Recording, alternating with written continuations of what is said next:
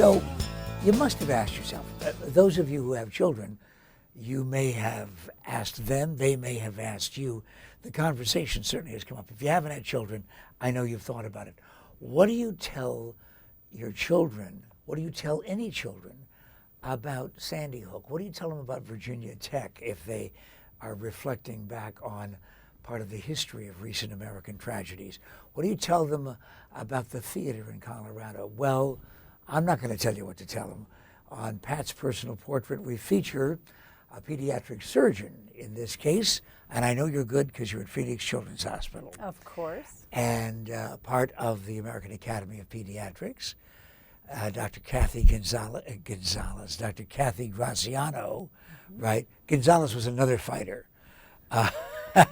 It's all about fighting. Yes, Graziano. It's all about fight or flight, actually, so that's perfect. All right, so let's talk about that, though. When do I tell my kids about Sandy Hook kinds of tragedies? Talk about it from the standpoint of age. Right, so that's a great question. So when do you tell a child that something horrible has happened? The first thing I think is to gauge yourself. So when you first heard that it happened, you must have had some visceral response to it. Sure. Like truly visceral. We talk about visceral being the body's response.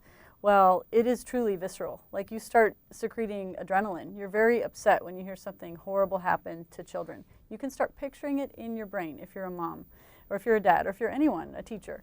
And so you know right away that you are responding in a way that's a fight or flight response. Your response is to try to protect your own kids.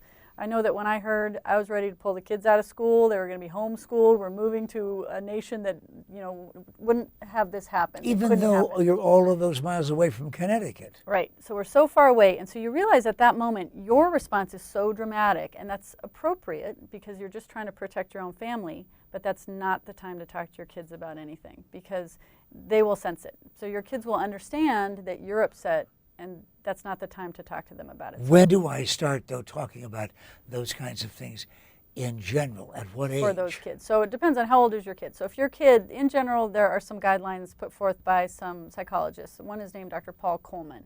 And he suggests that if they're under age 7, maybe you don't talk to them about it at all, unless it comes up. Now, it can come up. Say they were in the classroom. Say they know someone. Say you're nearby and it comes up. So then it's time to just address it, and you have to use very concrete terms. The concrete terms in this case about Sandy Hook were the gentleman who did this was sick. He was very sick. There was something had gone very wrong in his brain, and that's extremely rare. It doesn't happen very often. It's not something that you guys will probably ever see in your lifetime. And then the key word maybe is probably, too. So kids don't understand. Kids at age 7 and under, and middle-aged kids, middle school kids, they don't understand probably. They don't understand probability. You can't say, okay, the percent chance that someone will come into your school with a gun is the following, and therefore, I think you'll be fine. You have to say, this isn't going to happen to you. Now, but are you telling them the truth? Right. You are telling them the truth because you, as a scientist, and I know we're not all scientists, you have to believe that it's true. You almost have to believe that it's true so you can get through your own life.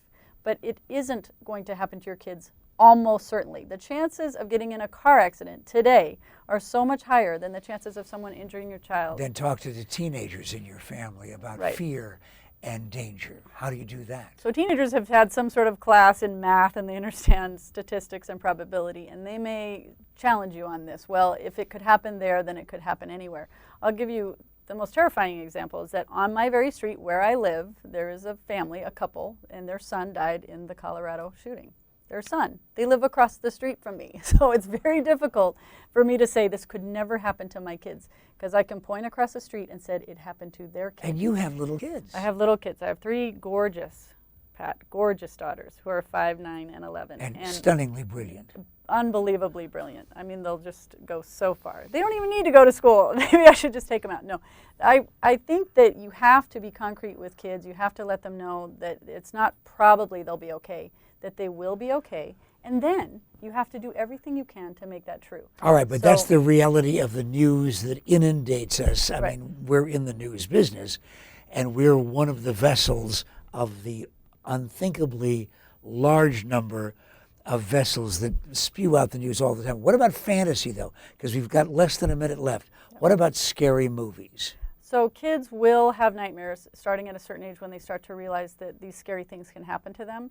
Be available to them. Tell them they can come talk to you about anything. Make sure your kids understand they can talk to you about anything that pops up in their brain or on their cell phone, and make sure they trust you. I ask my kids almost every day, do you trust me?